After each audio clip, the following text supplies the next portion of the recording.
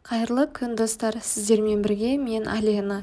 Бүгін біз осындай нәзік, өте дәмді және де бір жасағаннан ақ мінсіз шығатын торт рецептісімен бөлісетін боламын.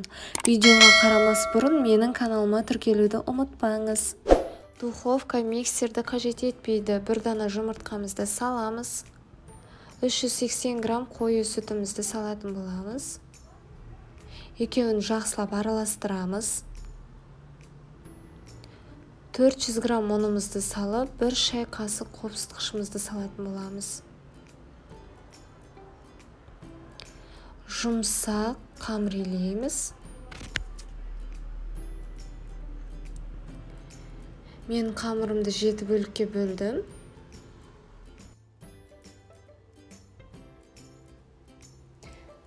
Қамырымызды дөңгелетіп жаятын боламыз. Жаймас бұрын табаңызды орташа отта қыздырып алыңыз.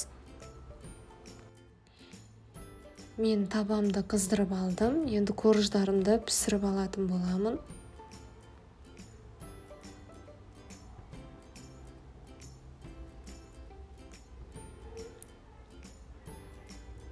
Екі жағын қызартып пісіреміз.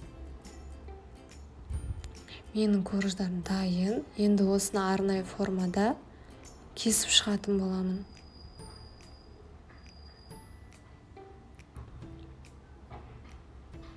Біз енді кремін жасайтын боламыз. Бізге 600 грамм қаймаққа 200 грамм қой сүтімізді алып жақсылап араластырамыз. Мен корждарымды арнайы осындай формада жинайтын боламын. Торттың кремі көп болса, сіздің тортыңыз өте нәзік және әдемі болып шығады. Сол үшін дәл осы рецептпен жасауларыңызды сұраймын.